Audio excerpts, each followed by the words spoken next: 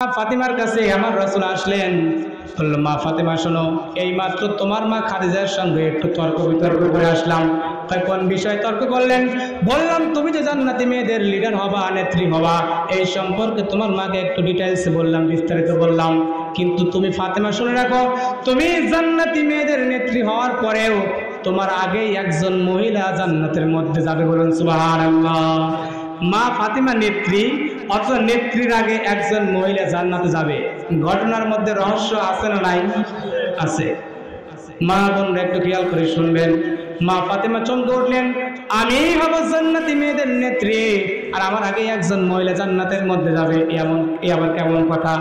আব্বা, আপনি আমাকে একটু বিস্তারিত বর্ণনা করে বলেন। বলল, তুমি যেই উটের উপর করে জান্নাতের মধ্যে যাবে, ওই উটের রশি ধরে ধরে তোমার আগেই তোমার একজন কর্মী জান্নাতে যাবে। বলুন সুবহানাল্লাহ। মা ফাতিমা বললেন, এত তার বৈশিষ্ট্য কি, এমন মর্যাদা কেন যে আমার আগে জান্নাতের মধ্যে যাবে? অবশ্যই কোনো কারণ আছে। আল্লাহ রাসূল সাল্লাল্লাহু আলাইহি ওয়াসাল্লাম বললেন, তার অনেকগুলো কারণের মধ্যে একটা কারণ হলো, তুমি যে আলীকে এত সম্মান করো, মহব্বত করো, এত শ্রদ্ধা, এত রেসপেক্ট করো, তোমার চাইতেও বেশি সম্মান ওই জামিলা তার স্বামীকে করে। বলুন সুবহানাল্লাহ। মা ফাতিমার সহ্য হয় নাই, ওই মেয়েকে দেখার জন্য চলে গিয়েছেন। তারপর যখন চলে গেলেন, যাওয়ার পর দেখেন ঘরের মধ্যে দরজাটা বন্ধ। বাইরে থেকে ডাক দিলেন, বোন জামিলা বাড়িতে আছো নাকি? বললো, হ্যাঁ বাড়িতেই আছি, আমি নবীজির মেয়ে ফাতিমা তোমার সঙ্গে দেখা করতে চাই। জামিলা বললেন, আপনি নবীজির মেয়ে ফাতিমা হতে পারেন, জান্নাতি মেয়েদের নেত্রী হতে পারেন, কিন্তু আমার স্বামী একজন কাঠুরে, কাঠ কাটার জন্য বাইরে গিয়েছে, আমার স্বামীর অনুমতি ছাড়া আপনি নবীর মেয়ে ফাতিমার সঙ্গে দেখা করার সুযোগ নাই। বলুন সুবহানাল্লাহ। এরপরে ফাতিমা ওখান থেকে বিদায় নিয়ে চলে এসেছেন। বললেন যে আজকে তুমি চলে যাও, আমার স্বামীর কাছ থেকে রাত্রিতে অনুমতি নিয়ে আমি কথা ফাইনাল করে রাখবো, তোমার সঙ্গে কালকে দেখা হবে। পরের দিন মা ফাতিমা যখন আসবেন, হাসান রাদিয়াল্লাহু তাআলা আনহুর বয়স তখন 7 থেকে 8 বছর বয়স, তখন হাসানকে সঙ্গে নিয়ে ওই মহিলার বাড়িতে গিয়েছেন। হাসানকে যখন সঙ্গে নিয়ে ওই বাড়িতে গেলেন, যাওয়ার পরে হাসান বলল, আম্মা জান, আপনি কি আগামীকাল এই জায়গায় এসেছিলেন নাকি? এই যখন কণ্ঠস্বর ওই জামিলার ঘরের মধ্যে পৌঁছে গিয়েছে, জামিলা বলল, বোন ফাতিমা, তোমার সঙ্গে পুরুষ মানুষের কণ্ঠ শুনতে পেলাম। মা ফাতিমা বললেন, আমার সন্তান হাসান রাদিয়াল্লাহু তাআলা আনহু, ওনার বয়স তো কেবল 7-8 বছর, এখনো বালেগ হন নাই, অতএব তার সামনে আসো ভাবে আসো। কিন্তু মা উম্মে জামিলা বললেন, আপনি কালকে এসে ঘুরে গেছেন, আজকেও আপনাকে ঘুরে যেতে হবে, কারণ আপনার সঙ্গে দেখা করার অনুমতি আছে, কোনো পুরুষ মানুষের সঙ্গে যাওয়ার অনুমতি আমার স্বামী আমাকে দেন নাই। বলুন সুবহানাল্লাহ। এরপরে তৃতীয় দিন মা ফাতিমা যখন আবার ওই বাড়িতে আসলেন, আসার পরে ওই মহিলার সঙ্গে এবার দেখা হয়ে গেল। দেখা হয়ে যাওয়ার পরে যখন বাইরে আসলেন, বাইরে বের হয়ে দেখেন এক জায়গায় একটা ছুরি দেওয়া আছে, আর এক জায়গায় একটা রশি দেওয়া আছে, আর এক জায়গায় সুন্দর করে একটা লাঠি রাখা আছে। 3টা জিনিস রাখা আছে। কয়টা জিনিস? একটা হলো ছুরি, একটা হলো লাঠি, একটা হলো দড়ি। 3টা জিনিস থেকে মা ফাতিমা বুঝতে পারলেন না, জানতে চাইলেন ছুরি বা কিসের জন্য, লাঠি বা কিসের জন্য, আর দড়ি বা কিসের জন্য। তখন ওই মহিলা উত্তর দিলেন, এই 3টা জিনিস আমার স্বামীর জন্য রাখা হয়েছে, আমার জন্য কোনো বেয়াদবি হয়ে যায় তাহলে স্বামী আমাকে শায়েস্তা করে শিক্ষা দেবেন। বলুন সুবহানাল্লাহ। মা ফাতিমা বললেন, তোমার স্বামী এত পাষাণ, এত কঠিন, তোমাকে এত নির্যাতন করে? মা ফাতিমার কথা শুনে উম্মে জামিলা বললেন, আমার স্বামী এইগুলো রাখেন নাই, আমার স্বামী পাষাণও নয়, আমার স্বামী কঠোর নয়, বরং এই জিনিসগুলো আমি রেখে দিয়েছি। এজন্য রেখেছি, যদি স্বামীর অবাধ্য হই, প্রথমে লাঠি দ্বারা আঘাত করে আমাকে শিক্ষা দেওয়ার চেষ্টা করবে, যদি আমি শিক্ষা গ্রহণ না করে ভালো না হই, তাহলে এই দড়ি দ্বারা বেঁধে ছুরি দ্বারা আঘাত করে আমাকে একেবারে জীবন নাশ করে ফেলবে। বলুন সুবহানাল্লাহ। আমি দুনিয়া থেকে স্বামীর অবাধ্য হয়ে স্বামীর মনে আঘাত দিয়ে দুনিয়া থেকে বিদায় নিতে চাই না, বরং স্বামীকে খুশি করে দুনিয়া থেকে। হযরতে ফাতিমা রাদিয়াল্লাহু তাআলা আনহা, এর নাম আমরা সবাই শুনেছি না? মা ফাতিমার নাম শোনেন নাই? মা ফাতিমা জান্নাতি সকল মেয়েদের লিডার হবেন, নেত্রী হবেন। বলুন সুবহানাল্লাহ। মা বোনরা খেয়াল করে শুনবেন, জান্নাতি সকল মেয়েদের নেত্রী যদি মা ফাতিমা হয়ে থাকেন, তাহলে মা ফাতিমার দাম দুনিয়াতে বেশি না কম? আল্লাহ রাসূল সাল্লাল্লাহু আলাইহি ওয়াসাল্লাম একবার আম্মাজান খাদিজা রাদিয়াল্লাহু তাআলা আনহাকে বললেন যে, খাদিজা শোনো, আমার মেয়ে ফাতিমা আর তোমার মধ্যে ডিফারেন্স বা পার্থক্য কি জানো? তুমিও জান্নাতি, মা ফাতিমাও জান্নাতি, তবে মা ফাতিমা জান্নাতি সকল মেয়েদের নেত্রী হবে। আম্মাজান খাদিজা বললেন, আমার মেয়ে হয়ে যদি নেত্রী হয় তাহলে আমার অবস্থানটা কোথায়? তখন রাসূল বললেন, তোমার অবস্থান আবার কোথায়? তোমার অবস্থান তোমার মেয়ের নিচে। বলুন না সুবহানাল্লাহ। তোমার অবস্থান তোমার মেয়ের নিচে। খাদিজা বললেন, আমি রাগ করি নাই, আমার মেয়ে যদি নেত্রী হয় আমার মনের মধ্যে আনন্দ হচ্ছে, কিন্তু আমার জানার আগ্রহ সৃষ্টি হচ্ছে যে কেন আমার থেকে আমার মেয়ের দাম বেশি। জানার দরকার আছে না? মা বোনটা একটু খেয়াল করে শুনবে। আল্লাহ রাসূল সাল্লাল্লাহু আলাইহি ওয়াসাল্লাম বললেন, মা ফাতিমা কেন জান্নাতি মেয়েদের নেত্রী হবেন, এটা আমি অতটা বলতে না পারলেও আল্লাহ পাক ওহী নাজিল করেছেন, সেটাই তোমাকে বলি। আচ্ছা বলো তো, তুমি যখন ইসলাম কবুল করেছো, ইসলাম কবুল করার আগে তোমার যখন 55 বছর বয়স তখন তুমি ইসলাম কবুল করেছো, কারণ তোমার যখন 40 বছর বয়স, আমার তখন 25 বছর বয়স, আমি তোমাকে বিবাহ করি। আর 25 বছর পরে 15 বছর বয়স যোগ করে 40 বছর বয়সে আমাকে আল্লাহ পাক নবুয়ত দেন। আর ওই সময় তোমার বয়স হলো 55 বছর। এই 55 বছর বয়সে তুমি ইসলাম কবুল করেছো। আর আমার মেয়ে ফাতিমা কখন ইসলাম কবুল করেছে তুমি মা হয়ে এর সার্টিফিকেট দাও।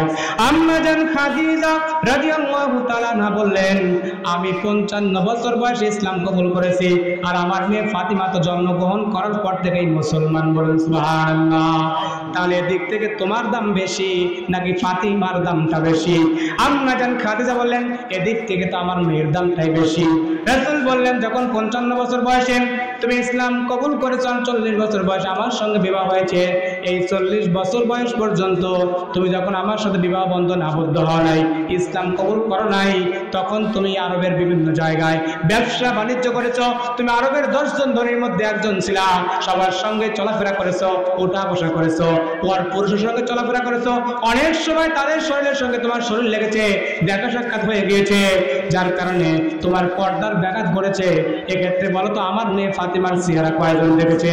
আম্মা জান খাদিজা বললেন, আমি 55 বা 40 বছর বয়স পর্যন্ত পরপুরুষের সঙ্গে ব্যবসা বাণিজ্য করেছি, কারণ আমাকে ব্যবসার কাজে বিভিন্ন জায়গায় যেতে হতো। কিন্তু আমার মেয়ে ফাতিমা যখন জন্মগ্রহণ করেছেন, জন্মের পর থেকেই আমার মেয়ে ফাতিমা পর্দা নিয়ে এসেছেন। বলুন সুবহানাল্লাহ। তাহলে এর দিক থেকে মা খাদিজার দাম বেশি হলো না মা ফাতিমার দাম বেশি? বলেন তো সবাই, কার দাম বেশি? ফাতিমার দাম বেশি। এই যে কারণ, এই দুটা কারণেও তোমার সে আমার মেয়ে ফাতিমা জান্নাতি মেয়েদের উপরে থাকবে, নেতা হবে, নেত্রী হবে, আর তুমি হবে তার কর্মী। বলুন সুবহানাল্লাহ। অপর এক হাদিসের মধ্যে বলেছেন, এই কথাটা বলার পরে মা ফাতিমার কাছে আমার রাসূল আসলেন, বলল, মা ফাতিমা শোনো, এই মাত্র তোমার মা খাদিজার সঙ্গে একটু তর্ক বিতর্ক করে আসলাম। তাই কোন বিষয়ে তর্ক করলেন? বললাম, তুমি যে জান্নাতি মেয়েদের লিডার হবা, নেত্রী হবা, এই সম্পর্কে তোমার মাকে একটু ডিটেইলস বললাম, বিস্তারিত বললাম। কিন্তু তুমি ফাতিমা শুনে রাখো, তুমি জান্নাতি মেয়েদের নেত্রী হওয়ার পরেও তোমার আগেই একজন মহিলা জান্নাতের মধ্যে যাবে। বলুন সুবহানাল্লাহ। মা ফাতিমা নেত্রী, অথচ নেত্রীর আগে একজন মহিলা জান্নাতে যাবে। ঘটনার মধ্যে রহস্য আছে না নাই? আছে। মা বোনরা একটু খেয়াল করে শুনবেন। মা ফাতিমা চমকে উঠলেন, আমি হব জান্নাতি মেয়েদের নেত্রী, আর আমার আগে একজন মহিলা জান্নাতের মধ্যে যাবে, এই আবার কেমন কথা? আব্বা, আপনি আমাকে একটু বিস্তারিত বর্ণনা করে বলেন। বলল, তুমি যেই উটের উপর করে জান্নাতের মধ্যে যাবে, ওই উটের রশি ধরে ধরে তোমার আগেই তোমার একজন কর্মী জান্নাতে যাবে। বলুন সুবহানাল্লাহ। মা ফাতিমা বললেন, এত তার বৈশিষ্ট্য কি, এমন মর্যাদা কেন যে আমার আগে জান্নাতের মধ্যে যাবে? অবশ্যই কোনো কারণ আছে। আল্লাহ রাসূল সাল্লাল্লাহু আলাইহি ওয়াসাল্লাম বললেন, তার অনেকগুলো কারণের মধ্যে একটা কারণ হলো, তুমি যে আলীকে এত সম্মান করো, মহব্বত করো, এত শ্রদ্ধা, এত রেসপেক্ট করো, তোমার চাইতেও বেশি সম্মান ওই জামিলা তার স্বামীকে করে। বলুন সুবহানাল্লাহ। মা ফাতিমার সহ্য হয় নাই, ওই মেয়েকে দেখার জন্য চলে গিয়েছেন। তারপর যখন চলে গেলেন, যাওয়ার পর দেখেন ঘরের মধ্যে দরজাটা বন্ধ। বাইরে থেকে ডাক দিলেন, বোন জামিলা বাড়িতে আছো নাকি? বললো, হ্যাঁ বাড়িতেই আছি, আমি নবীজির মেয়ে ফাতিমা তোমার সঙ্গে দেখা করতে চাই। জামিলা বললেন, আপনি নবীজির মেয়ে ফাতিমা হতে পারেন, জান্নাতি মেয়েদের নেত্রী হতে পারেন, কিন্তু আমার স্বামী একজন কাঠুরে, কাঠ কাটার জন্য বাইরে গিয়েছে, আমার স্বামীর অনুমতি ছাড়া আপনি নবীর মেয়ে ফাতিমার সঙ্গে দেখা করার সুযোগ নাই। বলুন সুবহানাল্লাহ। এরপরে ফাতিমা ওখান থেকে বিদায় নিয়ে চলে এসেছেন। বললেন যে আজকে তুমি চলে যাও, আমার স্বামীর কাছ থেকে রাত্রিতে অনুমতি নিয়ে আমি কথা ফাইনাল করে রাখবো, তোমার সঙ্গে কালকে দেখা হবে। পরের দিন মা ফাতিমা যখন আসবেন, হাসান রাদিয়াল্লাহু তাআলা আনহুর বয়স তখন 7 থেকে 8 বছর বয়স, তখন হাসানকে সঙ্গে নিয়ে ওই মহিলার বাড়িতে গিয়েছেন। হাসানকে যখন সঙ্গে নিয়ে ওই বাড়িতে গেলেন, যাওয়ার পরে হাসান বলল, আম্মা জান, আপনি কি আগামীকাল এই জায়গায় এসেছিলেন নাকি? এই যখন কণ্ঠস্বর ওই জামিলার ঘরের মধ্যে পৌঁছে গিয়েছে, জামিলা বলল, বোন ফাতিমা, তোমার সঙ্গে পুরুষ মানুষের কণ্ঠ শুনতে পেলাম। মা ফাতিমা বললেন, আমার সন্তান হাসান রাদিয়াল্লাহু তাআলা আনহু, ওনার বয়স তো কেবল 7-8 বছর, এখনো বালেক হন নাই, অতএব তার সামনে আসো ভাবে আসো। কিন্তু মা উম্মে জামিলা বললেন, আপনি কালকে এসে ঘুরে গেছেন, আজকেও আপনাকে ঘুরে যেতে হবে, কারণ আপনার সঙ্গে দেখা করার অনুমতি আছে, কোন পুরুষ মানুষের সঙ্গে যাওয়ার অনুমতি আমার স্বামী আমাকে দেন নাই। বলুন সুবহানাল্লাহ। এরপরে তৃতীয় দিন মা ফাতিমা যখন আবার ওই বাড়িতে আসলেন, আসার পরে ওই মহিলার সঙ্গে এবার দেখা হয়ে গেল। দেখা হয়ে যাওয়ার পরে যখন বাইরে আসলেন, বাইরে বের হয়ে দেখেন এক জায়গায় একটা ছুরি দেয়া আছে, আর এক জায়গায় একটা রশি দেওয়া আছে, আর এক জায়গায় সুন্দর করে একটা লাঠি রাখা আছে। 3টা জিনিস রাখা আছে। কয়টা জিনিস? একটা হলো ছুরি, একটা হলো লাঠি, একটা হলো দড়ি।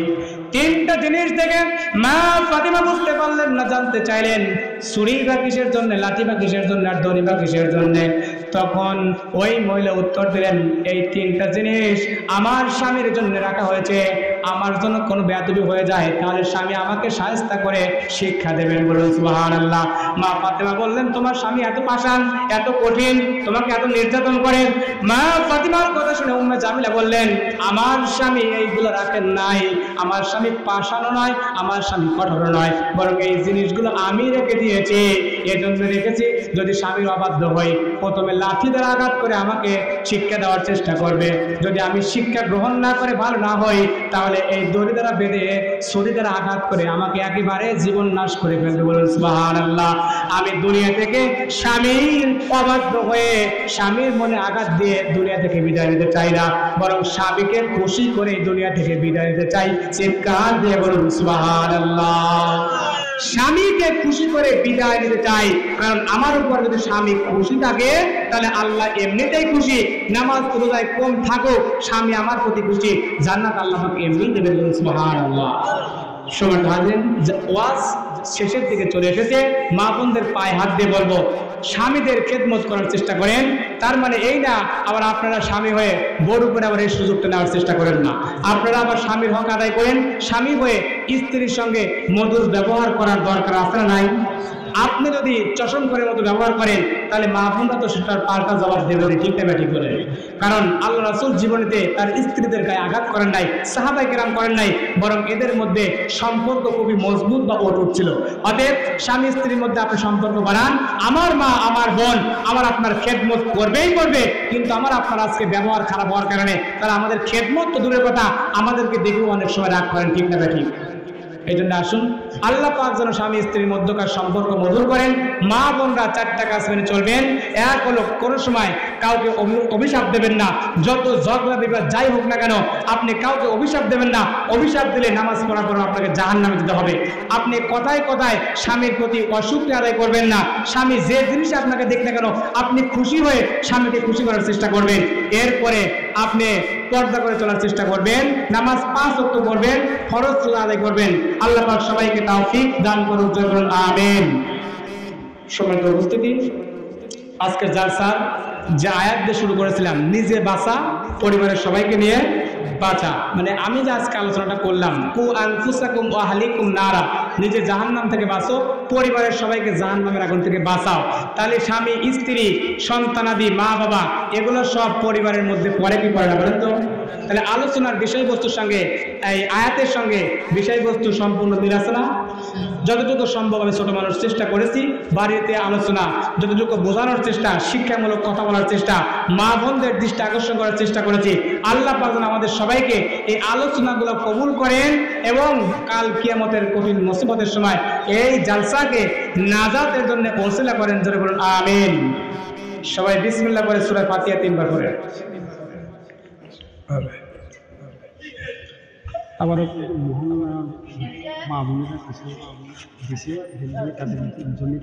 আচ্ছা আচ্ছা আচ্ছা, আচ্ছা ঠিক আছে।